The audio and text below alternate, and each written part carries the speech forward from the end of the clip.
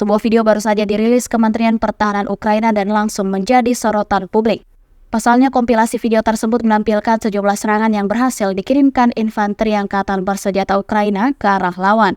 Rekaman tentang keberhasilan militer Ukraina beredar di Telegram pada Sabtu 9 Maret 2024. Tampak sejumlah parit kendaraan militer hingga personil kelompok militer Rusia menjadi target sasaran pesawat tak berawak Ukraina, seperti yang terlihat dalam video. Tanpa ampun, pasukan Volodymyr Zelensky meratakan seluruh posisi militer Vladimir Putin yang terdeteksi di medan pertempuran. Video ini viral dan menuai beragam komentar dari warganet.